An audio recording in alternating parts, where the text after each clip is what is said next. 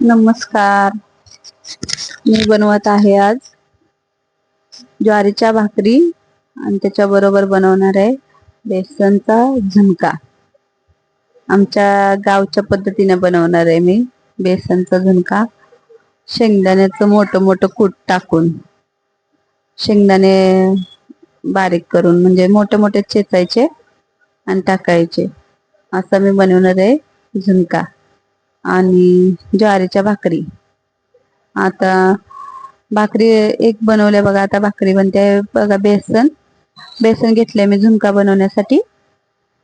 आणि हे झुणक्यासाठी लागणारं साहित्य बघा. आपला घाटी मसाला आहे, लसूण, जिरं, कढीपत्ता, कोथिंबीर आणि गरम मसाला आहे, थोडा हळद आणि लास्ट मध्ये कोथिंबीर टाकायचे बघा. असं मी त्या झुणक्यासाठी साहित्य घेतले. आणि शेंगदाणेचं कूट, शेंगदाणे पहिलेच भाजून घेतलेत. कूट बनवून ठेवते मी, तसंच कूट बनवून ठेवलेलं आहे. आणि ते कूट म्हणजे मी प्रत्येक भाजीत वगैरे टाकायला ठेवते, तसं मी बनवूनच ठेवलेलं आहे. आणि थोडं मोठं मोठं भाकरीच्याच तव्यामध्ये बनवला ना झुणका छान बनतो. असं आपण कढईमध्ये पण बनवू शकतो. कढईमध्ये कसं खोलगट असतं, थोडं जास्त वगैरे बनवायचं असलं ना तर मग कढईमध्ये बनवायचा. आणि आपलं थोडासाच बनवायचं असलं तर आता दोन भाकरींसोबत खायला म्हणजे थोडासाच बनवायचा. म्हणून मग मी तव्यातच बनवणार आहे. तव्यातला झुणका छान लागतो कढईपेक्षा. हे बघा भाकरी कशी फुगली बघा. मला वाटलं भाकरी फुगणार नाही, पण फुगली. पहिली पण फुगलेली ना छान, आणि दुसरी पण फुगली बघा. झाल्या आता भाकरी काढून घेते. तर गरम तव्यातच मी हे करणार आहे, त्याच तव्यात बनवणार आहे बेसन. लसूण आणि जिरं चेचून ठेवले ना मी, ते टाकणार पहिले. हे बघा. आता भाकरी ठेवते काढून. मी तेल टाकून घेते त्याच तव्यामध्ये. तवा जरा उतळलाय माझा, पण खोलगट तवा असला ना की मग पाणी थोडं जास्त बसतं खोलगट तव्यामुळं. मग आता मी तेल टाकले, तवा तापलेला आहे मस्त. कढीपत्ता टाकून घेतला. आता मी ते बारीक चेचून घेतलेलं लसूण आणि जिरं ते टाकले. हे बघा, हे शेंगदाण्याचं ओबड-धोबड केलेलं कूट आहे, ते टाकून घेणार आहे. पहिले हलवून घेते लसूण. हे बघा. आणि तेलामध्येच ते मसाले पण सगळे भाजणार तेलामध्येच. बघ, लसूण थोडा खरपूस भाजायचा, मग शेंगदाण्याचं कूट टाकायचं, ते भाजायचं थोडस. आणि मग ते आपले मसाले टाकायचे बघा. हा गावचा मसाला आणि थोडा गरम मसाला आणि हळद, हे थोडस त्याच्यामध्ये टाकले. आणि नंतर लास्ट मध्ये कोथिंबीर टाकायची. सगळं टाकून झाल्यावर कोथिंबीर टाकते. बघा, तव्यात पाणी थोडं कमीच बसते. खोलगट असतं तर अजून पाणी बसलं असतं. तर जायला लागलं बाहेर. थोडं तवा सरकवून घ्यायला लागणार आहे मला. घेते आता मी तवा थोडा सरकवून. इकडे बघा.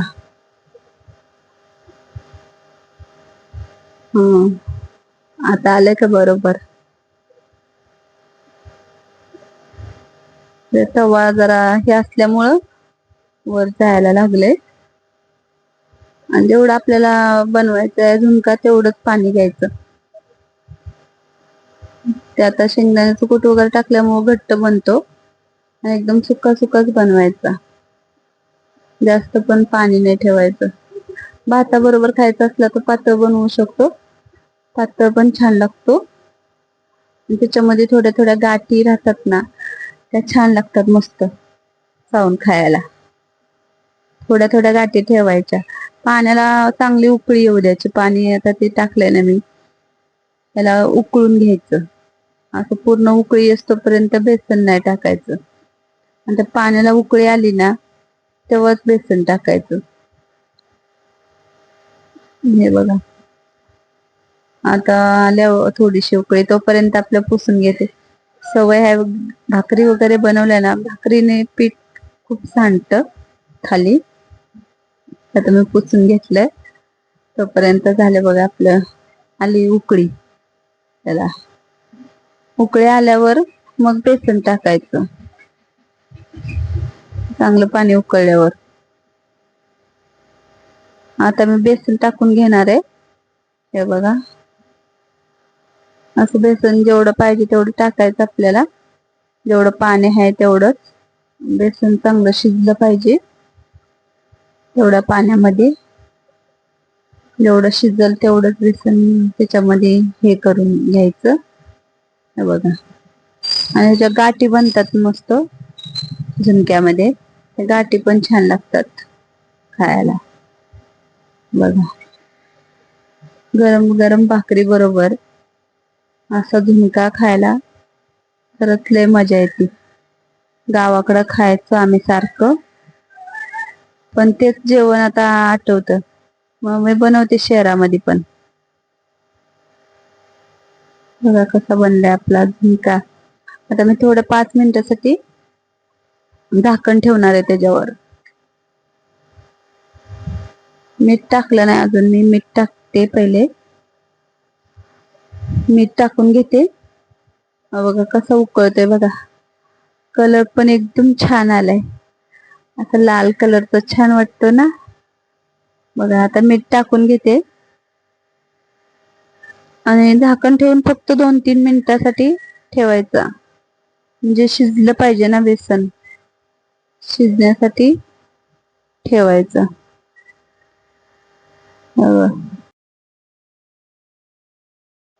मस्त कोथिंबीर वरून टाकून घेतली आणि आता झाकण ठेवते. झाकण ठेवून 5 मिनिटं वाफ काढायची. एक वाफ झाली ना मग छान शिजत. हे बघा, आता मी खोलणार आहे, दाखवते तुम्हाला कसं बनलंय बघा झुणका. हे बघा, असं बनतो सुक्का झुणका. गावाला खूप बनवायचो आम्ही पहिले सुक्का झुणका. खरंच मस्त लागतो. बघा, बनला आपला झुणका भाकरी. हे बघा, आता घेऊया आपण झुणका भाकरी. थोडा घेतला आता झुणका आणि घेते ज्वारीची भाकरी. हे बघा, कसं वाटली आपली रेसिपी झुणका भाकरीची. कसं दिसते झुणका आणि भाकरी कमेंट करून सांगा. आणि रेसिपी आवडली तर लाईक करा, शेअर करा आणि सबस्क्राईब करा. बघा, असं बनला आपला झुणका भाकरी.